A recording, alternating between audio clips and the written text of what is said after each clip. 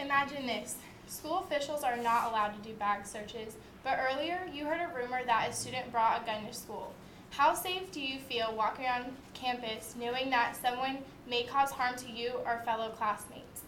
Good afternoon, my name is Shannon Ego, and over the course of a few weeks, I've had the chance to analyze what rights we are given in the First Amendment and how those rights are limited to us as students in U.S. public schools.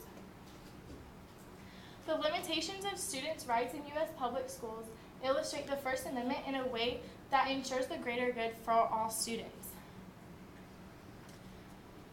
Our founding fathers, including James Madison, created the First Amendment, and it has been treasured by Americans for hundreds of years.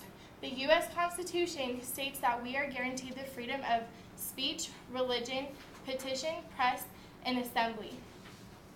But once a student steps onto campus, their rights may be limited or even lost. Students attend school to get an education, and they do this in a safe learning environment. The reason that we are restricted for our rights is to ensure proper behavior. In order to get the education that we need, we cannot have distractions to cause setbacks in our learning. So the Constitution says that we can freely express ourselves, but in the Tinker versus Des Moines case, students were suspended because they wore wristbands in support of a truce in the Vietnam War. The school suspended these kids because they said that it caused a distraction, but the Supreme Court ruled that it was unjust for this punishment towards the students because it actually did not cause a distraction. Therefore, you can freely express yourselves or whatever you support in a way that does not distract or harm any other students. Along with my previous slide and source, we are limited also in the way that we practice or express our religion. So Nathan Essex is an author of a book, and he writes that there are two clauses stated in the First Amendment, one of which being the Establishment Clause, which prohibits the state from passing laws that aid a religion or show preference of one religion over another, and the second clause being the Free Exercise Clause, and this prohibits the state from interfering with individual religious freedoms. These clauses are placed in the First Amendment to ensure that students have the right to practice their religion in schools and other places, but in a way that does not harm other students again. For example, a student may not pray over the intercom, and a teacher may not influence another student in a way that places a religion higher than another one. Necessary rules that are placed in U.S. public schools are that school officials are allowed to do bag searches and locker searches, and many schools have a no hoodie policy. The reason being, stated again, is for the safety and the greater good of these students.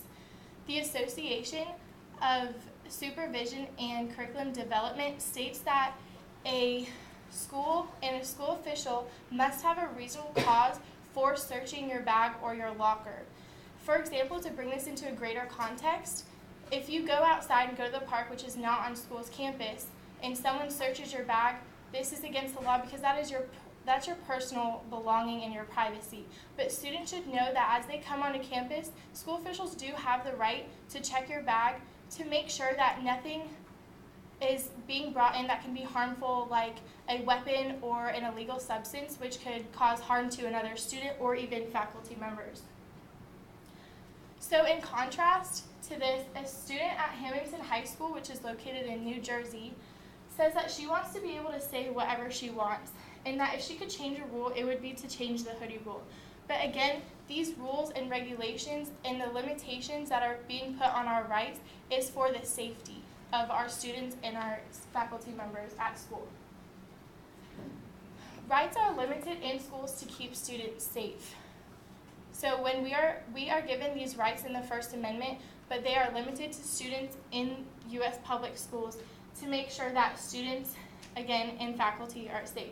And an implication of this is that when students are limited in their rights, as they go on to graduate school, they feel like they're limited to express their rights outside of school, which should not be the case. Thank you. What are your questions?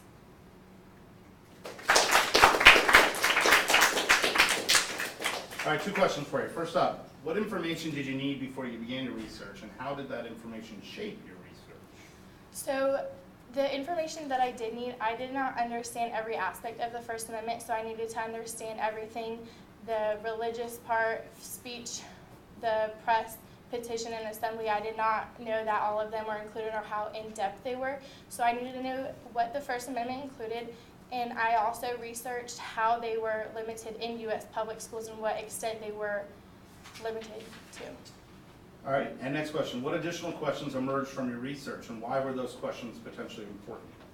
So at the beginning of my research, I came to the conclusion that whatever we are limited to in our First Amendment as students, it was a bad illustration of the First Amendment, and this was because I thought to myself, why are we limited? But as I began researching, I realized that it is for the greater good of the students. So those are the questions that emerged. You're telling me